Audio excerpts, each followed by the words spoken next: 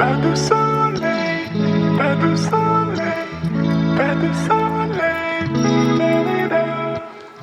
Pas de soleil, pas de soleil, pas de soleil, da-da-da.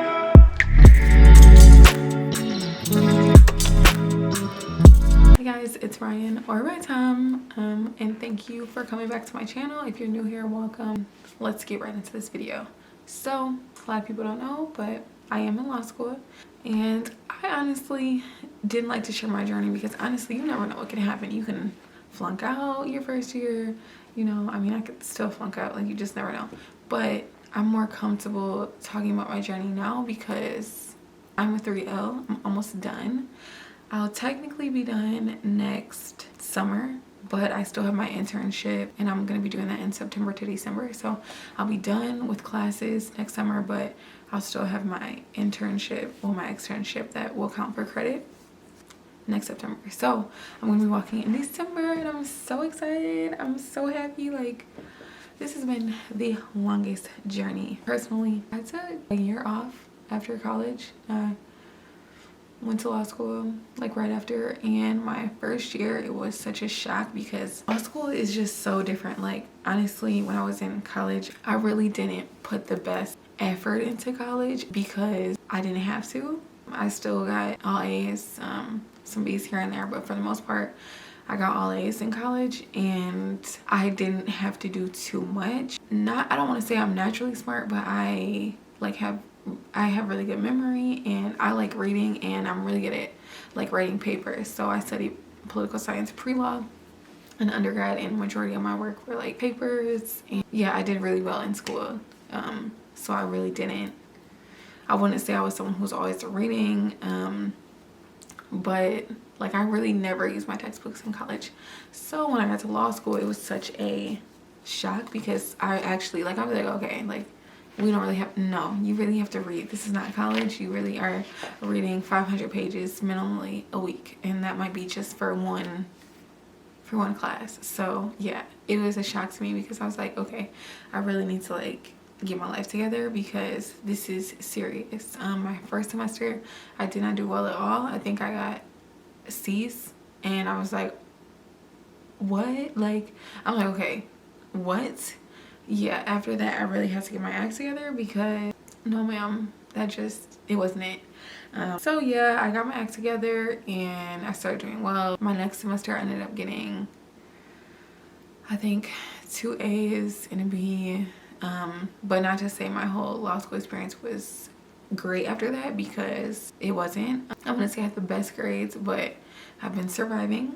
Right now I'm pretty much enduring senioritis. Like, I feel like I've been in the thick of it. It's been like nonstop, and especially with the pandemic, it's just been heavy with the pandemic. And I kind of feel like it's been harder to focus because initially, you know, when the pandemic happened, I'm like, okay, people are dying and you want me to focus on this? And then my law school was pretty strict when it first came out, and I'm like, how are you guys being so strict? And we are going through this. Like, mentally, we just weren't okay, and we probably still aren't okay right now.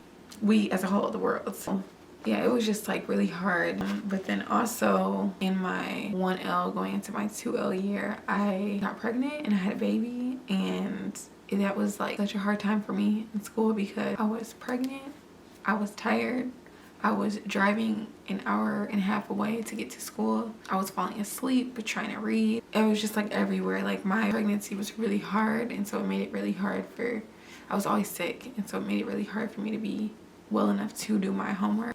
That was a mess. So I was like, there's no way I'm gonna make it through this. And then once I had my baby, it was really hard to adjust to being a mom like 24/7, and then also needing to do my homework because people do not care. One thing I do want to point out is that you need to talk to your professors no matter what you're going through. Yes, some professors, they really don't care and they go by school handbook or your school's policies, but some professors really do care, and some professors are human. So if you are going through something, you need to let your professor know as soon as you know, because you don't know what they can do for you, or maybe you can speak with your dean and something can be worked out. But if you're going through something, just don't go through it by yourself, because it's just going to make matters worse for you. Whereas if you told them, they might have done something to help you out in your law school journey. So I say be transparent with your professors, your dean, whoever. Let someone know. Your advisor, speak with them. I always knew I wanted to go into entertainment law, and now that I'm in law school, entertainment law and sports law, but now that I'm actually in school, I really loved contracts, so I think I want to focus on contract law. And so once I took contracts, I was like, I love this. This is like everything that I want to do, and now I really know I want to be a sports agent, and I want to do contracts for athletes, musicians, and artists, whatever. But now I've always worked in social media, and now I think that I want to also specialize in social media law and influencer marketing law, which is a whole other thing. But I think that personally, I think that that could be really great for me. Yes, I can still do sports and entertainment law as well, but I can also have another branch of my firm, hopefully speaking into existence, because your words are powerful and the tongue is powerful. So when I do have my own firm, I do want to I also want to be niched in influencer marketing law, because it is something that is new and upcoming, and I think that I haven't seen anyone speak about this, and I've been heavily researching this. The only person that I've seen who I think aligns with what I want to do is another content creator, and also she's a lawyer. Okay girl, a black female lawyer.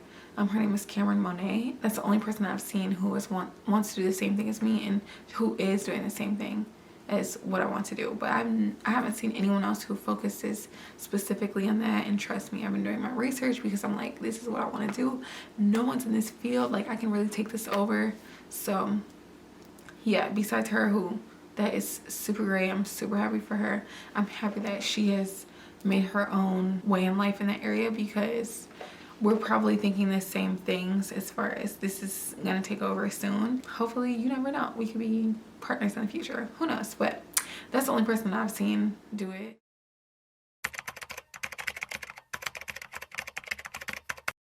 Let's talk about getting into law school. I had a really good GPA in undergrad, and so I knew I always wanted to go to law school. The LSAT was obviously something that you needed to take to get into law school. I believe I might have been a sophomore. I don't remember how old or young I was, but the first time I took the LSAT was as a joke with my friend. Well, she actually didn't take it as a joke. She actually took it seriously. Myself, I was just like, oh, like this isn't gonna count. Like I'm just gonna take this LSAT. I'm gonna do fine. Like I don't need to know anything. What? No, I took that. I did terrible. I don't even remember what I got. I think I got like a 137 or something. It's terrible. And then I found out shortly after that, like I couldn't wipe that off of my, I thought I was taking it so early that it wouldn't count. No, honey. If you're taking the LSAT ever, you need to make sure that it's gonna be serious. And I also was, I think I was able to take it for free. That's why I didn't care, but it was a mess. Don't take the LSAT unless you're ready, because some schools averaged out my LSAT then to when I really took it, and it gave me a lower score. And just be serious when you're studying for the LSAT, but also know that I am an example of having a low LSAT score and still getting into law school. So be mindful and be serious when you're taking a test like that, because obviously it's very serious. I was young and dumb, but learn from me. Don't make the same mistake.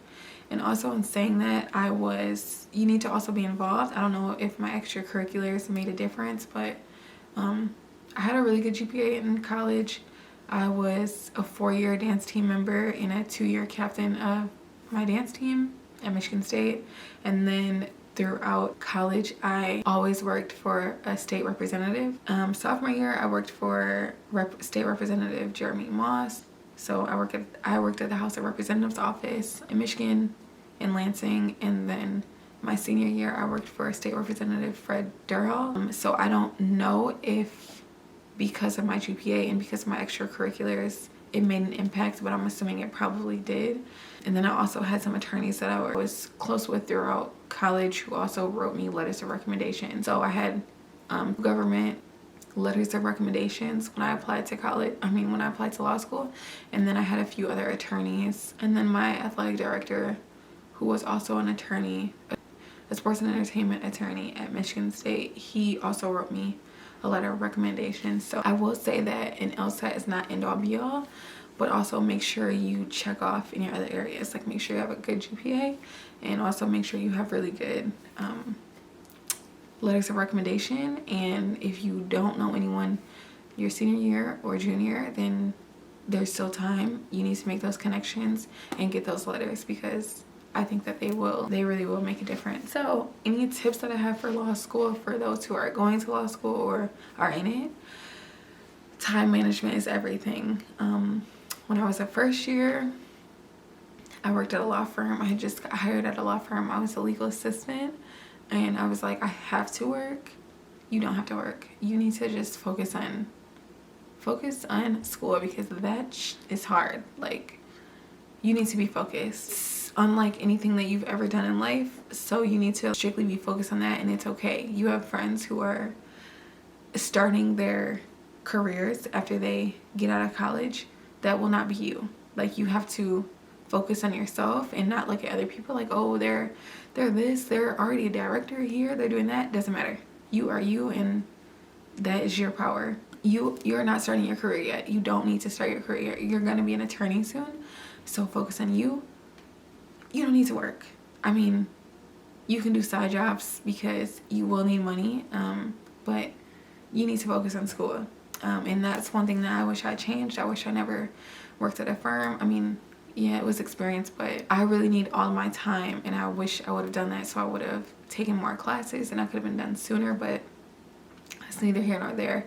I picked my school based on my work schedule, and I was working 9 to 5, Monday through Friday, and then I was going to school on the weekend from 9 a.m. to 5 p.m. on Saturday and Sunday. Highly do not recommend. I was so tired, and I should have just focused strictly on school. Do the same. When you're a 2L or 3L, you become a little more accustomed to what you need to do, and maybe then you can start working and, you know, doing other things that make you money. But your first year, just focus. And it's okay if you're solely focusing on school. Also, so since we're talking about money, who's paying for this? Like, where are the funds coming from? Okay, one, if you're not on a scholarship or you don't have a scholarship, find a scholarship and apply to it, because there are so many people giving out scholarships, whether it's a law firm or, you know, there are so many things. Like, when I had first started at the firm that I was working with my first year, I realized that they paid for a student's entire first year of law school. All they had to do was write in an essay called the Diversity Law School Scholarship. You just had to fit the descriptions. There really wasn't a cap on GPA, and they paid for it. And I was like, wait, can I apply? Like, I'm a first year in law school, like, can I apply for this? But I mean, obviously I couldn't because conflict of interest, but there are so many scholarships available everywhere. Apply to a scholarship, because chances are a lot of people don't apply. I know at my firm, we only had like 6 submissions, and I'm like, you guys are giving away this free money and people don't know? Like, but yeah, apply for scholarships, because it's free money. You don't have to pay anyone back, and it's free money. So do that.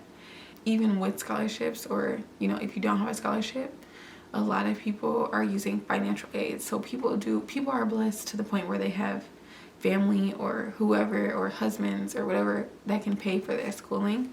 But law school is a lot. It's okay if you're taking out loans. Like, for me, I'm on financial aid. I'm taking out loans to get through school, but I'm thinking of it more so like, in the long run, I'll be able to pay everything off. Like, once I'm an attorney, I'm going to be able to pay off my loans. And you have to think of it that way, as you have to invest in yourself in order to succeed. So right now I'm investing into myself, and then once I am a successful attorney, I will be able to pay off my loans, etc. So yeah, that's just the reality of it.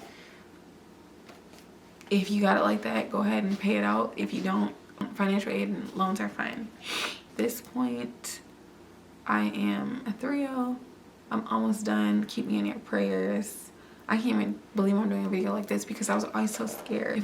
What if I talk about law school? Like, I don't want people to find out, because what if I don't, like, make it? What if I don't pass the bar? Like, yeah. But at this point in my life, people know it's out there. I'm in law school, and yeah, like at first it was a secret because I just was like, no, because if I fail, nobody's gonna know. Like, I'm not gonna be a failure. But at this point, I am not gonna fail, and I'm going to pass, and we're getting through it. We're almost done, and that's what it is. I'm about to be that girl, that attorney. Yeah, we still got a little bit of time. My semester now is hectic as heck. I am currently taking classes. We're still online because of the pandemic, but next semester they're lifting that and we're gonna have to go back to class. So right now I'm taking 4 classes, and then because I am working full-time ghetto, I highly don't recommend, but I need money. So actually, yeah, that's another story. But I am taking class Monday from 2 to 5, Wednesday from 6 to 9, Friday from 3 to 5, that's a 2 credit class, and then Saturday from 2 to 5, and then I'm working every day as well. So yeah, right now we're in the thick of it, but next semester I'm taking 6 classes and I'm not going to be working, doing anything. I'm just solely focused on finishing out the term. I'm going to be taking the NPRE next year, and then I'm also going to be starting to study for the bar as well. So yeah, like, pray for me because I need all the prayers. I need it all. I need to finish strong. But yeah, girl or boy, guy, whoever's watching,